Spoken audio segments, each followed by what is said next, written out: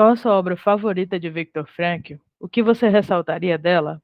Essa é a pergunta que eu, Thaline Chagas, psicóloga, logoterapeuta e fundadora da Escola do Sentido, e meu colega Matheus Nunes, iremos responder ao longo deste vídeo. Antes de conferir o nosso bate-papo, já deixe seu like, se inscreve aqui no canal da Escola do Sentido e ativa o sininho das notificações. Agora, vamos para a nossa resposta. Qual a sua obra favorita de Viktor Frankl e o que você ressaltaria desta obra? Eu acabei não conseguindo pegar, mas com certeza, até esse exato momento, é o livro Psicoterapia e Sentido da Vida. É uma obra sensacional, uma das primeiras obras, né, que o Frankl escreveu. Lá no início das contribuições dele enquanto autor, já com a sua teoria formada, inclusive, tem dois motivos um mais histórico mesmo da vida do Frankl e um mais pessoal do que ele traz no livro mesmo, né, que me atrai. O histórico é que, para quem não sabe, o livro, o chamado manuscrito, que é uma espécie de filho espiritual do Viktor Frankl, que ele tentava esconder nos campos de concentração para que não lhe fosse tirado, para que não se perdesse aquelas contribuições que ele já vinha construindo, né, antes mesmo dos campos de concentração, ele já vinha com a teoria sido formada, a logoterapia já existia antes dos campos de concentração, ele já utilizava os termos e ele já tinha escrito esse manuscrito, né? Só que com os campos de concentração, por mais que ele se esforçasse por isso, ele acabou perdendo esse manuscrito, que era tão valioso para ele, né? E ele chegou à conclusão de que a vida continuaria apesar disso, e para que ela realmente valesse a pena, né, ela precisaria não estar condicionada a ter ou não ter esse manuscrito. Então, até mesmo durante os campos de concentração, Frankl se propõe a reescrever da forma que ele podia, com os recursos que ele tinha, né, aquela obra, e após, né, a libertação e tudo, é uma das primeiras obras que ele publica, como também o Em Busca de Sentido.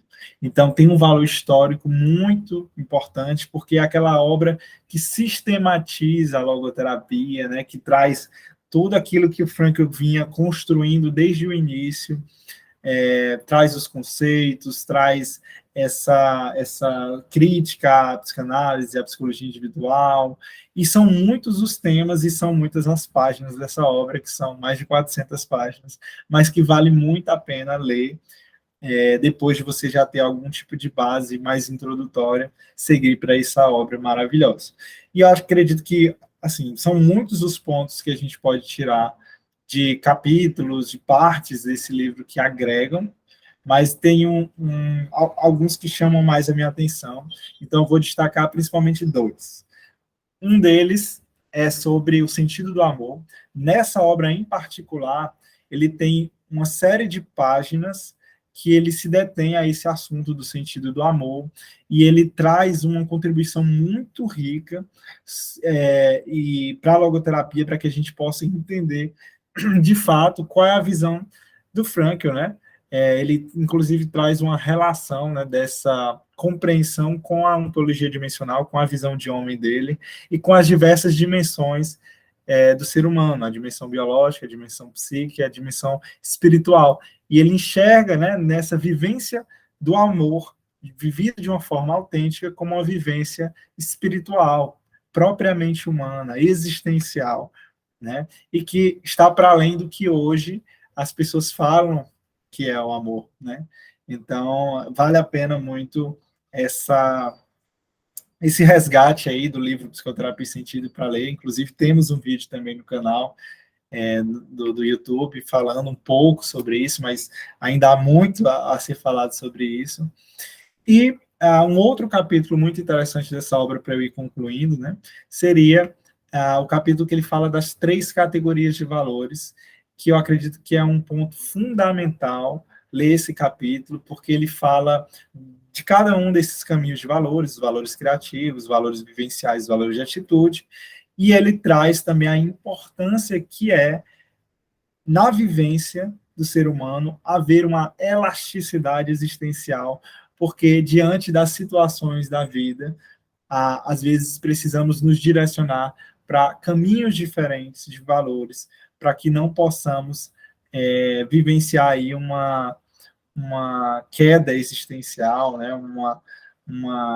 A vivência do vazio ou algo do tipo. Muito bom. Uma obra excelente. Muitos pontos mesmo a tratar, né? E eu vou trazer a minha, então. Tu foi trazendo muitas coisas legais, né? Muito legais sobre psicoterapia e sentido da vida, e fazendo, assim, né? Trazendo uma contribuição assim. A obra que eu destaco do Frankl, que eu gosto muito dela, apesar dela ser tanto complexa, é o livro O Sofrimento Humano. É um livro que ele está reeditado aqui em português, né, aqui no Brasil, e que para mim é um livro assim forte, né, que quando você sente quando lê ele, que você realmente deu um passo, deu um salto dentro da logoterapia, pelo menos eu senti muito assim. Ele é um livro que originalmente ele era composto de duas partes. Então, a parte número 1 é o homem condicionado, a parte número 2 é o que a gente chama de homo patiens, né, que o Frankl ele vai fazer um tratado especificamente sobre o sentido do sofrimento, mas para isso ele vai traçar um longo caminho de raciocínio, que vai trazer todos esses elementos que a gente foi comentando aqui no vídeo, né, e tal, foi trazendo como parte da logoterapia.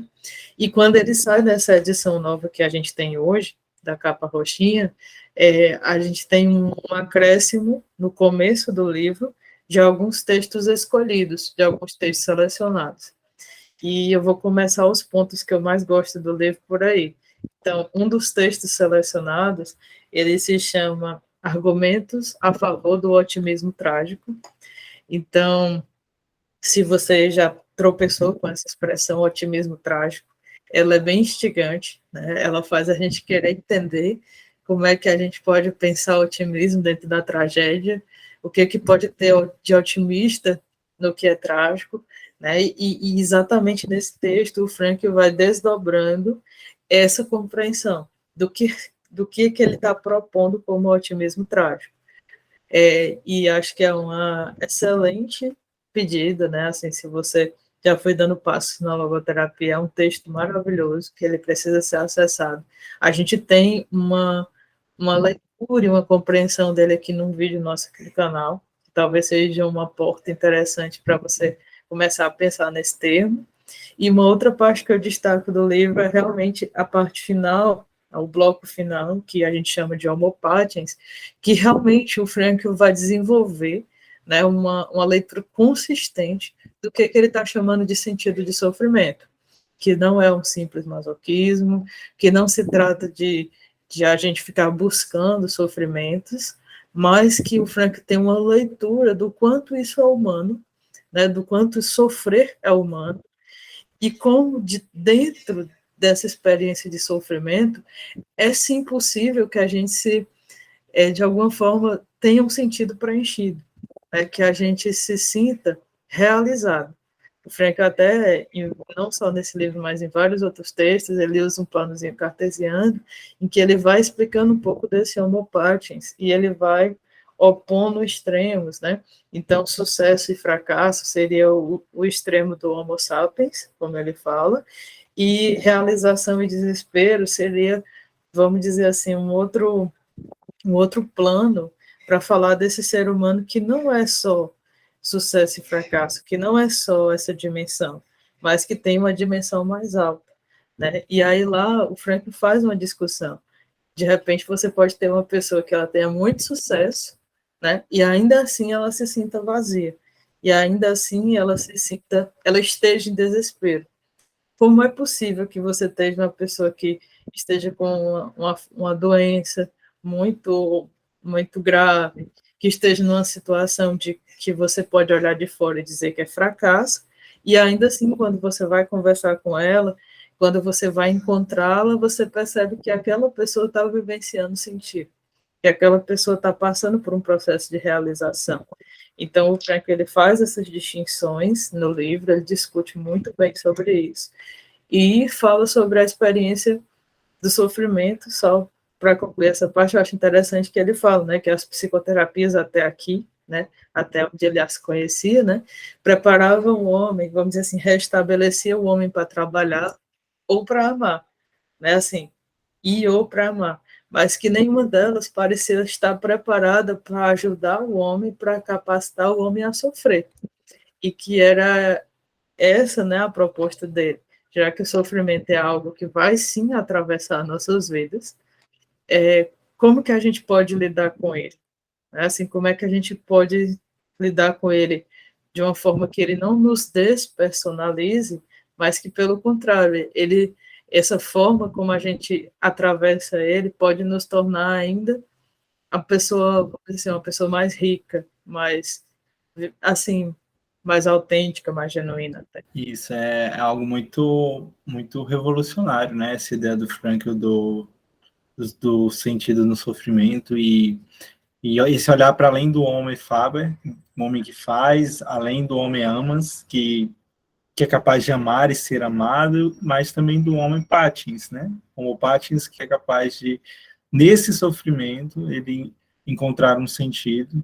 E aí vem uma das funções da logoterapia enquanto proposta psicoterapêutica, que é capacitar o homem a sofrer os seus sofrimentos, né? A lidar com a sua culpa, a viver a sua dor,